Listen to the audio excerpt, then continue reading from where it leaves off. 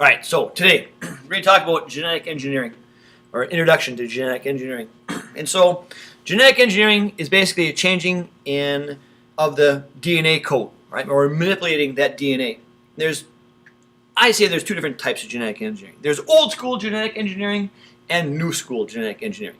Right now we're going to talk about old school genetic engineering, quotation marks. And that's selective breeding. And what exactly is selective breeding?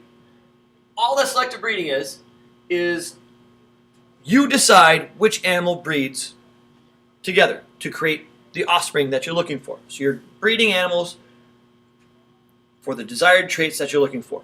For example, in dogs, you've got like the Labradoodle, all right? You've got, what else are there? All kinds of different animals that you can create, different types of dogs for the specific types of traits. Dogs that don't shed, dogs with short hair, etc. All right?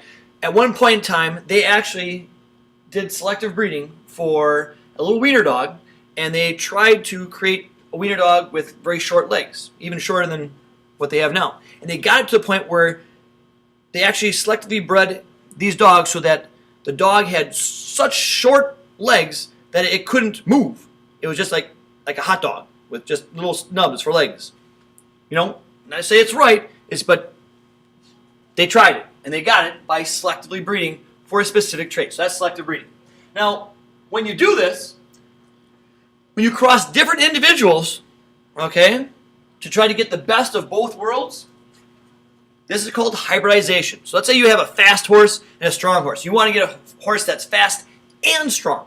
So what do? You take a fast horse, and you take a strong horse, you put them in the same stall, you throw in some fermented apples, and hopefully you get a horse that's a colt that's fast and strong. Now, is there any guarantee that you're going to get this? No, there's not.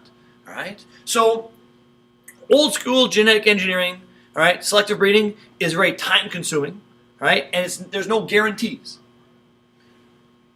Now, with different types of breeding, different organisms, that's hybridization, but a lot of times we try to keep traits, right? A purebred lab, for example. Purebreds usually are bred with other purebred animals to keep those traits, because you don't want to introduce anything new. You want to keep that look a specific way.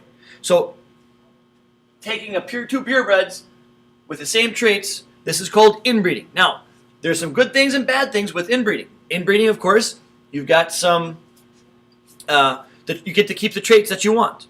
The bad thing is that inbreeding can cause some extra problems.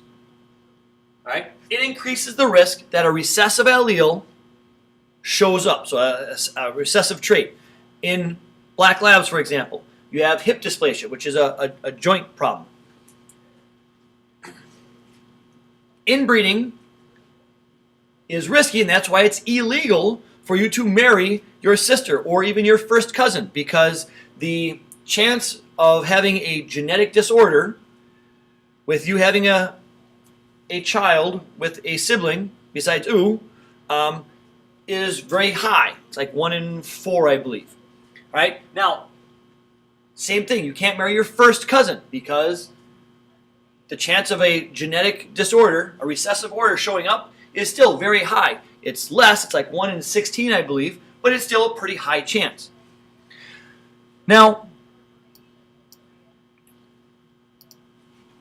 to increase variation in a population, we rely on mutations, or as a result of mutations.